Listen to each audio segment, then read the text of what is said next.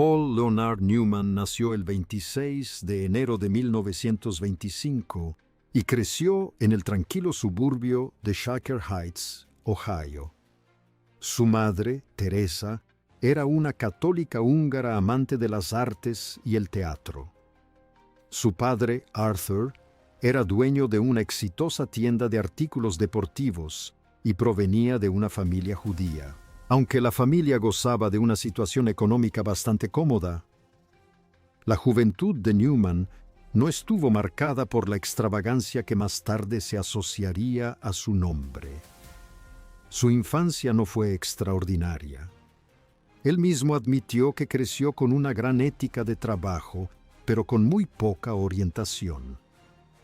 Aprendió a ser obstinado y autodisciplinado, cualidades que resultarían fundamentales para su éxito posterior. A los 7 años, Newman desarrolló una gran pasión por la actuación e incluso comenzó a participar en obras de teatro escolares. Sin embargo, aún no tenía claro qué quería para su futuro. Tras graduarse de la escuela secundaria, se matriculó en la Universidad de Ohio, pero pronto fue reclutado para servir en la Segunda Guerra Mundial. Como muchos jóvenes de su generación, se alistó en la Marina de los Estados Unidos en 1943 y se formó como operador de radio y artillero. Su sueño era convertirse en piloto, pero esa ambición se vio truncada cuando un examen físico reveló que era daltónico. Lamentablemente, este diagnóstico le impidió participar en vuelos de combate. Irónicamente, esta limitación también pudo haberle salvado la vida, ya que el avión en el que tenía previsto embarcar fue reasignado en el último momento debido a su daltonismo. El avión fue atacado posteriormente y no hubo supervivientes. Newman llevaría consigo aquel milagroso escape durante el resto de su vida. Y aunque nunca participó en combate directo, sirvió con honor en el Pacífico, operando a bordo de bombarderos torpederos y apoyando misiones navales. Al finalizar la guerra, Newman regresó a la vida civil, pero con un propósito más firme. Regresó a la universidad, primero al Kenyon College en Ohio y luego a la Escuela de Arte Dramático de Yale. Finalmente, se matriculó en el Actors Studio de Nueva York, y este paso cambiaría por completo el rumbo de su carrera. En aquel entonces, el método de actuación comenzaba a redefinir el teatro y el cine estadounidenses. Y Newman estaba decidido a dejar su huella, pero el camino al estrellato no fue fácil. Los primeros años de Newman en Hollywood estuvieron marcados por papeles estereotipados y oportunidades limitadas. Los directores de casting no sabían muy bien qué hacer con él. Sus ojos azules y su atractivo físico a menudo lo encasillaban en papeles superficiales, y si bien su apariencia llamaba la atención, también lo limitaba. A veces se le veía como un sustituto de James Dean o Marlon Brando. Newman lo sentía profundamente y le frustraba, sobre todo porque creía tener mucho más que ofrecer que interpretar a hombres guapos y melancólicos. Aún así, aceptaba los papeles que le ofrecían, con la esperanza de demostrar su valía a largo plazo. Su debut cinematográfico llegó en 1954 con El Cáliz de Plata, una epopeya de espadas y sandalias que, según admitió el propio Newman, fue una actuación mediocre. De hecho, en una ocasión publicó un anuncio en un periódico para disculparse por su trabajo en la película y animar al público a no verla. Pero este intento resultó contraproducente. La gente sintió curiosidad por la película y se apresuró a verla. Sin embargo, no dejó que ese fracaso lo definiera. En cambio, lo usó como motivación y pronto le llegaron mejores papeles. Su gran oportunidad llegó en 1958, cuando protagonizó junto a Elizabeth Taylor la película La gata sobre el tejado de zinc caliente. La película fue un éxito rotundo y la interpretación de Newman como Brickplate, un exatleta conflictivo y atormentado, reveló una profundidad y vulnerabilidad que los críticos no habían visto antes. Fue nominado al Oscar y de repente Newman dejó de ser solo un actor guapo. Era un serio aspirante. Los éxitos se sucedían y con cada nueva película, el mundo descubría algo nuevo sobre la capacidad de Newman para conectar con el público. Podía interpretar personajes imperfectos, rebeldes o moralmente ambiguos sin perder jamás la empatía de la audiencia. Y esa cualidad excepcional lo distinguió en una industria repleta de actores que buscaban papeles de héroe. Newman tenía la habilidad de hacer que simpatizaras con el más débil, incluso cuando éste se encontraba en una situación muy conflictiva. Pero el legado de Paul Newman no se limitó a la pantalla. Fue uno de los pocos íconos de Hollywood que parecía tan comprometido con la vida fuera de las cámaras como con el mundo del espectáculo. En 1982 fundó Newman's Own, una empresa de alimentos que comenzó con recetas de aderezos para ensaladas que había desarrollado en casa. El proyecto comenzó modestamente, sin intención de expandirse, pero rápidamente se convirtió en una marca multimillonaria. Desde el principio, Newman hizo la promesa radical de donar hasta el último centavo de las ganancias a la caridad. A lo largo de las décadas, Newman's Own ha donado millones de dólares a causas que van desde campamentos infantiles e investigación médica hasta programas educativos y ayuda humanitaria en casos de desastre. Newman insistía en la transparencia y en minimizar los gastos generales. Nunca cobró salario, y su marca se convirtió en un ejemplo de cómo la influencia de las celebridades podía utilizarse para el bien público sin la ostentación habitual impulsada por el ego. A pesar de toda la fama y la riqueza que alcanzó, Newman era conocido por llevar una vida relativamente discreta. Prefería la tranquilidad y la privacidad al glamour de Hollywood. No era partidario de los excesos que aquejaban a muchos de sus compañeros. En cambio, se centró en proyectos que le resultaban significativos, como las carreras de coches, la dirección cinematográfica o la creación de organizaciones benéficas desde cero. El impacto de Paul en el cine, la filantropía y la vida pública lo convirtió en mucho más que una simple leyenda de la pantalla. Para muchos fue un ejemplo de cómo manejar la fama con integridad. E incluso décadas después de su apogeo, Newman siguió siendo relevante, no solo por las películas que realizó, sino también por las causas que defendió y la vida que eligió llevar en privado. Sin embargo, a pesar de la admiración pública, algunos aspectos de la vida personal de Paul Newman permanecieron ocultos. Sus relaciones personales, especialmente su matrimonio, fueron objeto de mucha especulación a lo largo de los años. Los rumores iban y venían, pero Newman nunca les prestó atención. Creía que algunas cosas debían permanecer en el ámbito privado y protegía a su familia de la atención mediática siempre que podía. Por eso, la mayoría de la gente nunca llegó a comprender la experiencia de Paul con el amor la lealtad y una relación que aún hoy genera conversaciones. La vida amorosa y los matrimonios de Paul.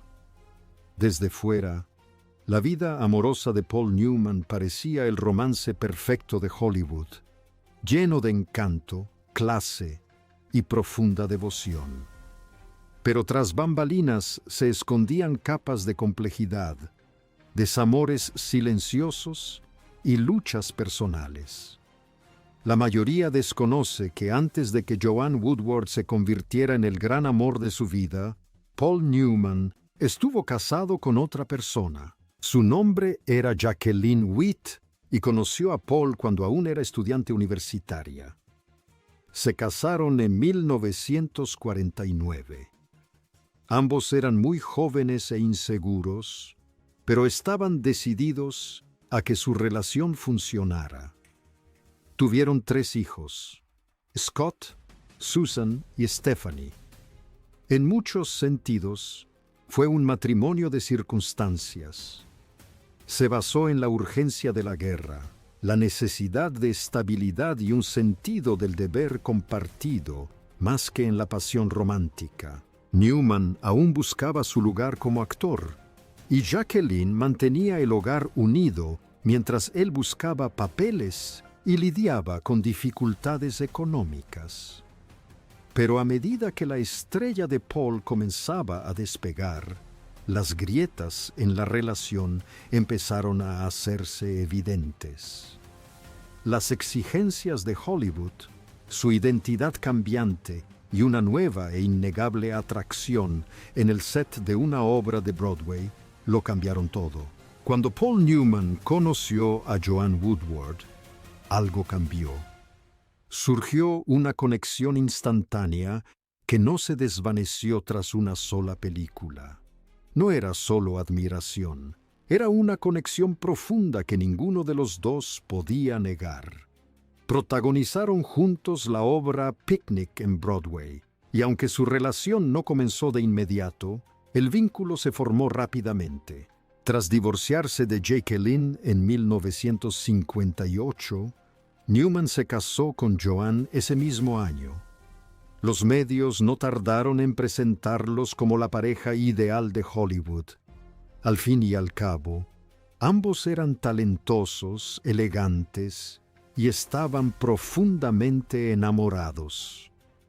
Y durante muchos años, esa imagen se mantuvo. Joanne no era solo su esposa, era su musa y su mayor apoyo.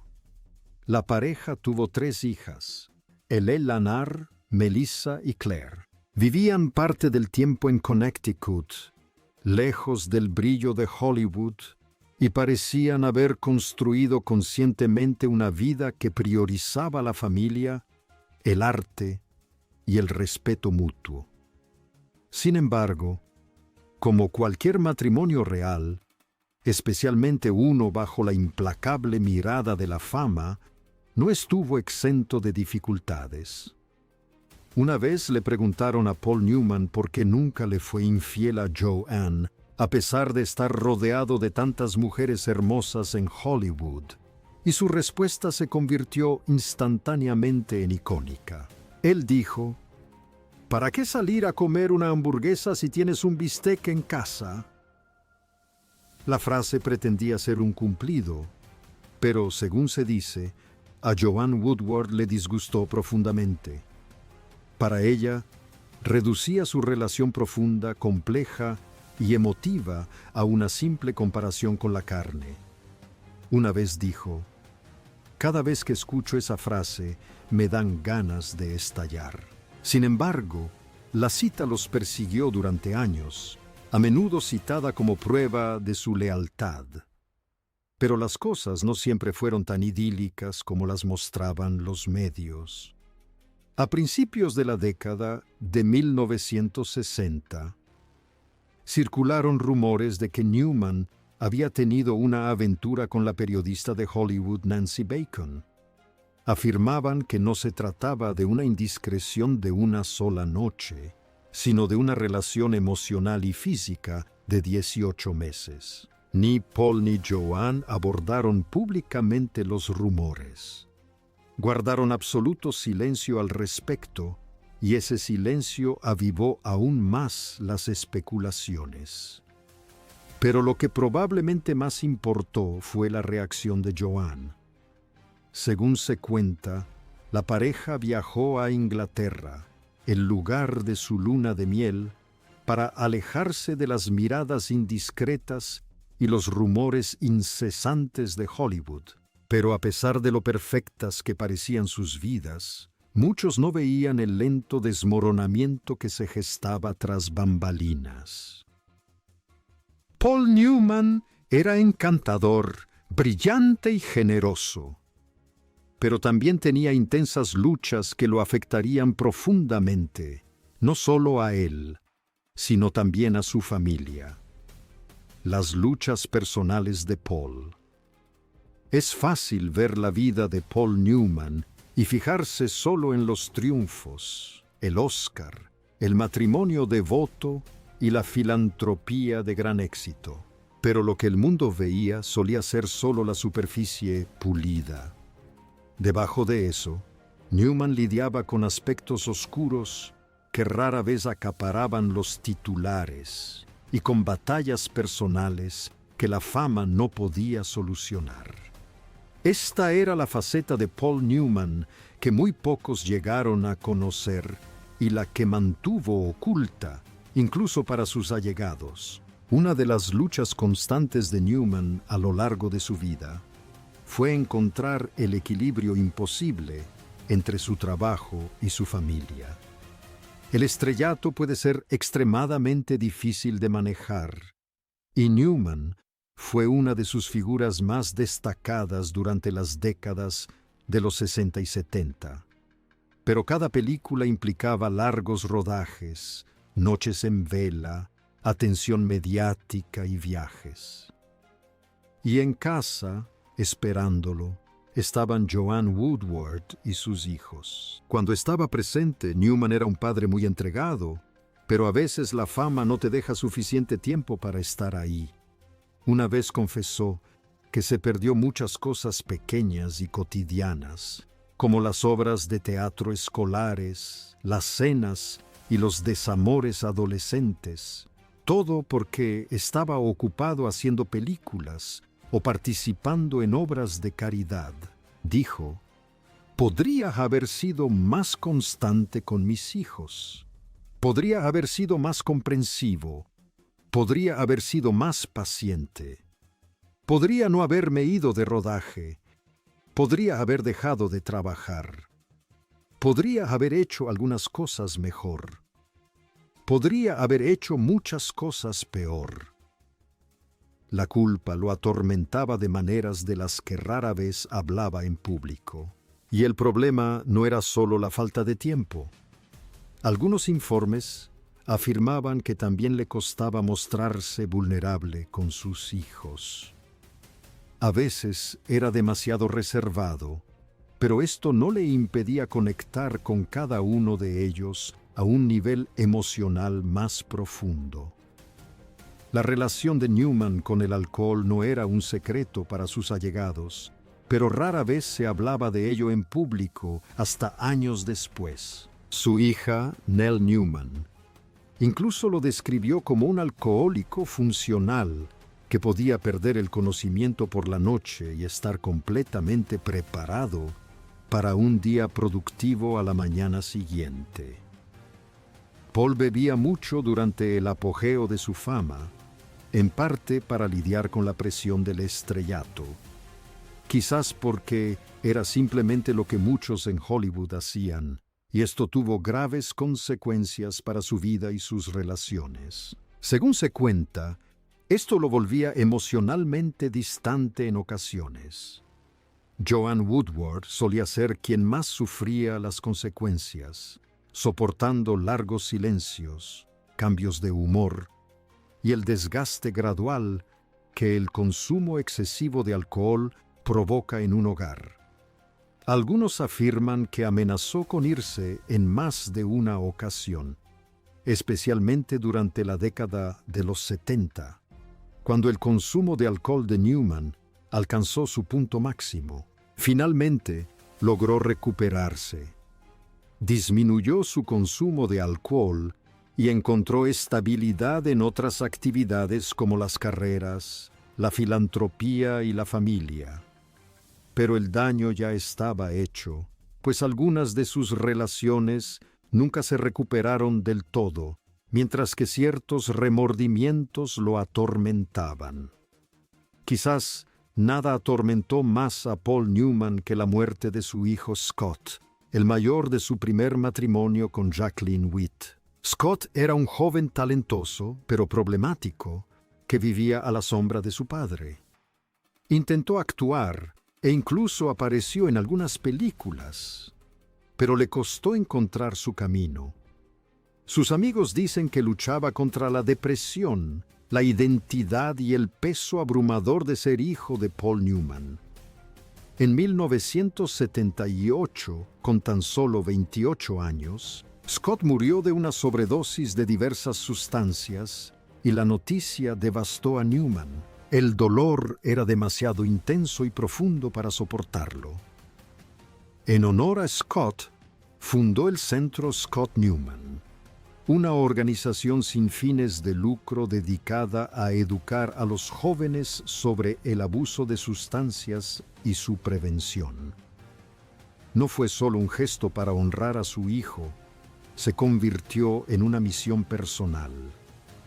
Newman dedicó recursos, tiempo y corazón al centro, tratando de evitar que otros padres pasaran por lo mismo que él. En privado, sentía una profunda culpa por la muerte de Scott. Algunos allegados dicen que se culpaba a sí mismo por no haber estado más presente, por no haber visto las señales y por no haber sabido cómo ayudar.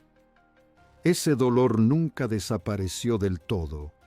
En cambio, se instaló como una molestia permanente. En una entrevista dijo: «Muchas veces me he arrodillado y le he pedido perdón a Scott. Pido perdón por esa parte de mí que impulsó su propia destrucción». Incluso en sus últimos años, Paul Newman mantuvo una gran discreción. Por eso, cuando le diagnosticaron cáncer de pulmón en 2006, no hizo pública la noticia. Se retiró discretamente de la vida pública, aceptó sus decisiones y comenzó a prepararse para lo inevitable. Para un hombre que había vivido gran parte de su vida bajo la mirada pública, el último capítulo de Newman estuvo marcado por el silencio. Pasó más tiempo con Joanne, sus hijos y amigos cercanos en su casa de Connecticut. Continuó apoyando las causas que le importaban, incluyendo su propia línea de alimentos, Newman's Own Food Line, que había donado cientos de millones a organizaciones benéficas, y el campamento Hole in the Wall Gang para niños con enfermedades graves. A pesar del debilitamiento de su cuerpo, se negó a replegarse sobre sí mismo. El 26 de septiembre de 2008, Paul Newman falleció a los 83 años, y su desgarradora pérdida conmovió al mundo entero. Hollywood atenuó sus luces mientras sus amigos lloraban a un hombre que había dado tanto, pero que mantenía sus heridas más profundas ocultas. Se dice que Joanne, su pareja durante más de 50 años, estaba devastada pero serena, como siempre lo había estado a lo largo de su vida juntos. Newman dejó este mundo en sus propios términos, pero lo que dejó tras de sí fue cualquier cosa menos sencillo. Como ocurre con muchos íconos, el final de su vida marcó el comienzo de un nuevo capítulo lleno de tensión, cuestiones legales y especulaciones públicas. Las controversias tras su muerte. Paul Newman dedicó toda su vida a forjar un legado basado en la integridad, la generosidad y la fortaleza discreta. No buscaba escándalos, no alimentaba a la prensa y jamás permitió que la fama eclipsara sus valores. Pero, por un giro del destino que nadie podría haber previsto, no fue hasta después de su muerte que estalló la verdadera tormenta. El hombre en el centro de la mayor controversia póstuma se encontraba la misma organización benéfica a la que Newman había dedicado su vida, la Fundación Newman's Own, fundada en 1982 como una modesta empresa de alimentos que donaba el 100% de sus ganancias a la caridad. Newman's Own se convirtió en una de las marcas filantrópicas más reconocidas del mundo. Paul la inició con una broma. Embotelló aderezo casero para ensaladas y estampó su rostro en él. Pero el impacto no fue para tomárselo a la ligera. Para cuando falleció en 2008, la fundación había donado millones de dólares a causas benéficas en todo el mundo. Sin embargo, en 2022, todo cambió cuando las hijas de Newman, Susan y Nell, presentaron una demanda contra la fundación, alegando que la organización se había desviado de la visión original de su padre. Acusaron a la Junta de reducir la cantidad anual otorgada a organizaciones benéficas vinculadas a ellos de $400,000 a solo $200,000. E incluso afirmaron que aspectos clave de las intenciones filantrópicas de Newman estaban siendo ignorados, alterados o borrados por completo.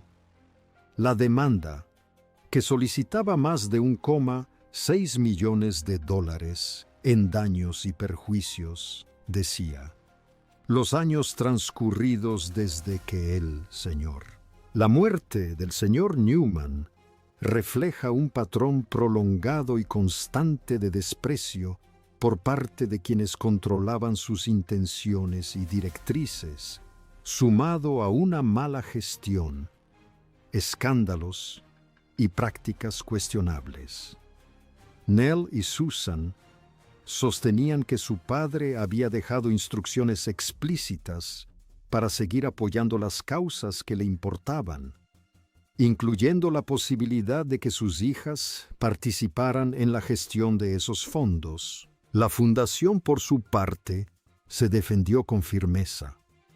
Sus abogados argumentaron que Paul Newman había dejado claro que no deseaba que la fundación fuera una empresa familiar. Insistieron en que su testamento otorgaba la autoridad final al Consejo de Administración, no a sus hijos, y que la demanda tergiversaba tanto sus deseos legales como filantrópicos. El tribunal finalmente desestimó el caso, pero no sin antes generar un amplio debate público. ¿Seguía la fundación fiel a los valores de Newman? ¿O se había convertido simplemente en otra corporación disfrazada de fundadora? ¿Se trataba de preservar los deseos de Paul o de una lucha de poder con sus hijas atrapadas en medio? Independientemente del resultado, una cosa quedó clara. El nombre de Paul Newman seguía teniendo gran influencia, y todos querían ser quienes llevaran la antorcha. Más allá de la beneficencia, surgió otra extraña controversia: el reloj de Paul Newman. En concreto, el Rolex Daytona, un reloj que se convirtió en un icono en gran parte gracias a que él lo llevaba. El Paul Newman Daytona, como se le conoce ahora entre los coleccionistas, está considerado uno de los relojes vintage más codiciados del mundo. En 2017, uno de sus Rolex Daytona originales, que Joanne Woodward le había regalado en la década de 1960, se subastó por la cifra récord de $17,8 millones. La venta causó gran conmoción tanto en el mundo de la relojería como entre el público en general. Pero lo que siguió fue una ola de controversia sobre qué Daytona merecían realmente llevar el nombre de Paul Newman. De repente aparecieron decenas de Daytonas antiguos con afirmaciones de haber pertenecido, haber sido usados o estar conectados de alguna manera con el propio Newman. Expertos en relojes, coleccionistas y casas de subastas comenzaron a tomar partido. Algunos afirmaban que el mercado estaba siendo inundado de imitaciones de Newman, no falsificaciones propiamente dichas, sino relojes asociados falsamente a él mediante una procedencia vaga o historias exageradas. Esto demostraba claramente hasta qué punto el mundo seguía aferrado a la figura de Paul Newman, al punto de que incluso un reloj en su muñeca se había convertido en algo sagrado. Tanto la demanda como el debate sobre Rolex revelaron que el nombre de Paul Newman aún conserva un peso increíble. Pero con ese peso llegó la complejidad del dinero, la memoria y la interpretación. Sin embargo, aún quedaba un último giro inesperado, porque, con el tiempo, sus hijas empezaron a sincerarse sobre quién era realmente su padre tras las luces y las cámaras. Y lo que revelaron fue una versión de Paul Newman tan compleja como adorada. ¿Quién era Paul Newman a puerta cerrada? Para la mayoría del mundo, Paul Newman era el chico de oro de Hollywood, un galán de penetrantes ojos azules, un actor ganador del Oscar, un piloto de carreras y un filántropo que donó una fortuna sin pedir aplausos. Pero para sus hijas, en particular Melissa y Nell Newman, él era algo completamente distinto. En los últimos años, ambas mujeres han comenzado a desvelar la verdadera personalidad del hombre que conocían tras la imagen pública. A través de fotografías, reflexiones personales y obras publicadas, han ofrecido una mirada sin filtros al mundo interior de Paul Newman, un mundo lleno de contradicciones, complejidad, ternura y dolor. Y al hacerlo, han transformado la percepción pública de uno de los íconos más queridos de Estados Unidos. En 2022, Melissa Newman, la segunda de las 3 hijas de Paul y Joanne, publicó un homenaje profundamente personal y poco convencional a su padre titulado Head Over Heels, Joanne Woodward and Paul Newman. A Love Affair in Words and Pictures. No era pero a pesar de todo, Melissa dejó claro que sus padres se eligieron el uno al otro una y otra vez, incluso en los momentos difíciles. Las fotos del libro mostraban a Paul en su estado natural y en momentos de tranquilidad con Joanne en su casa de Connecticut, muy lejos de los smokines y las alfombras rojas con los que el mundo lo asociaba. Para Melissa, Paul y Joanne eran 2 personas que construyeron una vida llena de hijos, risas y, a veces, silencio. Mientras que Melissa aportaba las imágenes, Nell Newman, la mayor de las hijas de la pareja, no dudó en abordar los aspectos más dolorosos de la historia de su padre.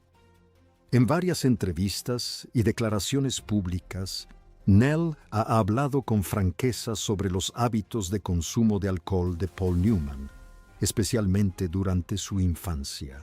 Lo describió como un alcohólico funcional, alguien que aún podía trabajar, amar y reír, pero que a veces dejaba que el alcohol ensombreciera el ambiente en casa. La honestidad de Nell sorprendió a algunos fans que durante mucho tiempo habían visto a Newman como un idealizado. Pero para Nell, hablar abiertamente no se trataba de desprestigiar a su padre, sino de humanizarlo. Y, a pesar de estas batallas personales, Newman nunca dejó de seguir adelante, especialmente en lo que respecta a sus esfuerzos filantrópicos. Fue Nell quien ayudó a transmitir ese legado a la siguiente generación, asegurando que los valores de su padre perduraran en la labor que él inició. Uno de los testimonios más profundos del carácter de Paul Newman fue su compromiso con la filantropía, y esto se ve claramente reflejado en Serious Fund Children's Network, la organización que fundó en 1988, nacida de un único campamento para niños con enfermedades que ponían en peligro su vida en Connecticut. Serious Fund se convirtió en una red global de campamentos y programas. Era un lugar donde los niños, muchos de los cuales nunca habían experimentado la alegría sin dolor, podían reír, jugar y sentirse normales. Hoy en día, Serious Fun ha atendido a más de 1 millón de niños y sus familias en más de 30 campamentos. Un legado impresionante que eclipsa incluso su Oscar o sus trofeos de carreras. Y sus hijas se han asegurado de que la misión continúe. Nell, en particular, ha asumido un papel de liderazgo en su universo filantrópico, creando la Fundación Nell Newman y continuando su labor en favor de causas ambientales y sociales.